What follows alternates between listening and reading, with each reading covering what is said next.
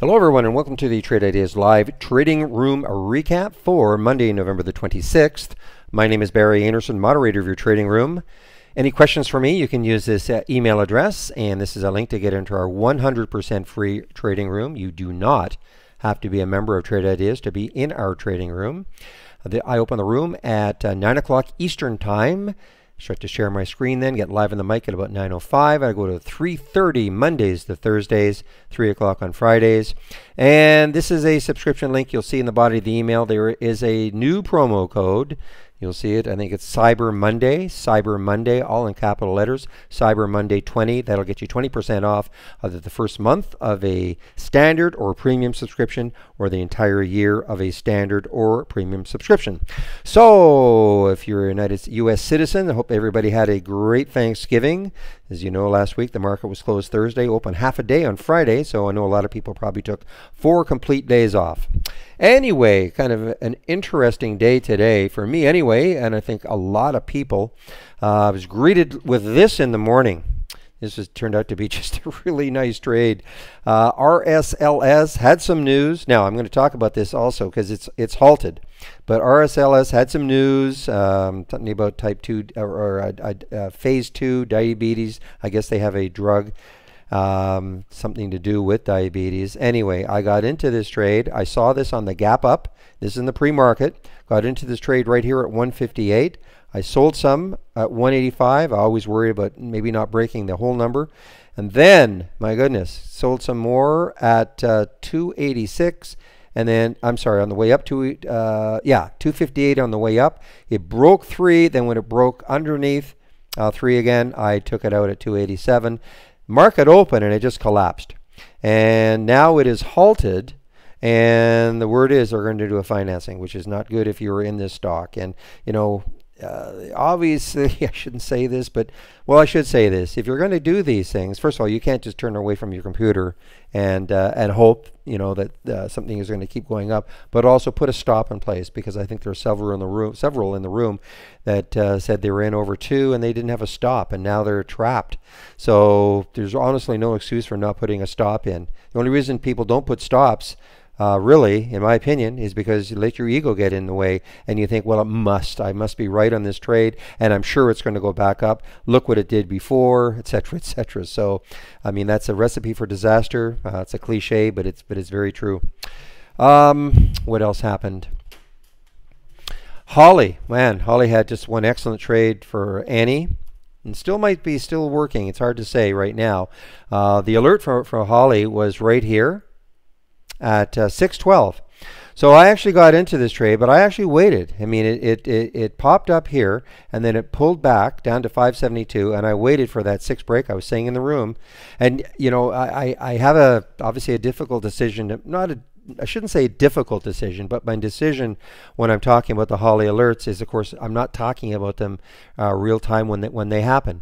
It's not fair for those who pay for our premium service. So what I do is I will say something like, okay, guys, I'm watching Holly 2.0 at what was the 9:59 as an example. So at least those with Holly can take a look. They don't, I mean, look, nobody has to follow me, but that's what I said. And then I actually said, well, kind of waiting to see if it takes out 6 again.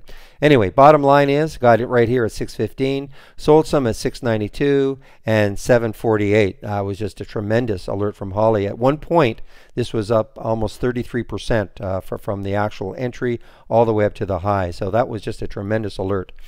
And AMX is working for a lot of people. Unfortunately, I was out of this. It's too bad. I noticed this on a let's see, why did I notice this? This was I think it was just looking very weak on the daily chart. I have to take a look at it on the daily chart. Yeah, very weak on the daily chart. And so when it broke underneath 13, so when it broke underneath 13, I took this short. I took it around 1298, and I was sold kind of an average cover right around this area, and this got me out. But now look at it. You know, I just had to hold on to it just a little bit longer, or get back in it right there. Made a mistake by not getting back in it.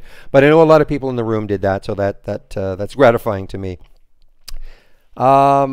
Cake. This was a nice alert. I think I have to show it on the 5.